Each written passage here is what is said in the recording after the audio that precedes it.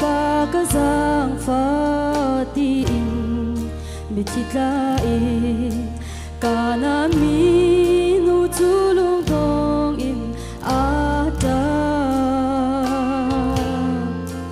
anu zum nak le mi thi ni Giêsu chin lung ato chu sa phanu te chu Adam te zum nak in kha kan sama sun pathian chin lung ato arok siang chin lung Adam te tu boy asi karau nu la pa di lak ni kan ram kan mi phun sa yu thi he pathian sin kha cha mu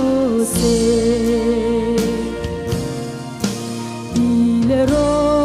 lo in ne ve khwa zo than cham i pathian giang pha na ni cheu do an ho kan ram le kan mi phun cha ro kha chang ma chu pathian giang pha na ni cheu kan hu lai zum nak in kha kan sama sun pathian chin lung atom arok siang chin lung Adam tel tu boy asi tharau nu la pa di lak ni kan ram kan mi phun cha mi khi he pathian sin kha sa mo se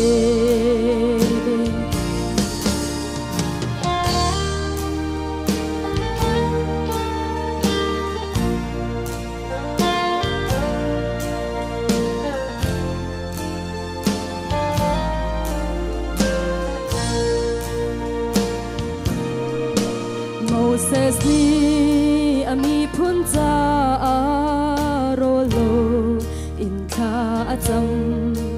pathian ni an cha no bia thar a pe lam pia mi kan mi phun di la dam na kan hu na kha ro lo in pathian sin kha cham u se zum nak in kha kan sama sun pathian chin lung atom arok siang chin lung Adam te tu boy asi tharau nu la pa di lak ni kan ram kan mi phun sa mi khi he pathian sin kha cha mu se arok cha mi Jerusalem cha Nehemiah tu ro lo in pathian sin a tha a cham chu cha arok cha pam pang chu rem thani na o arok sia kan ram cha tha cham u se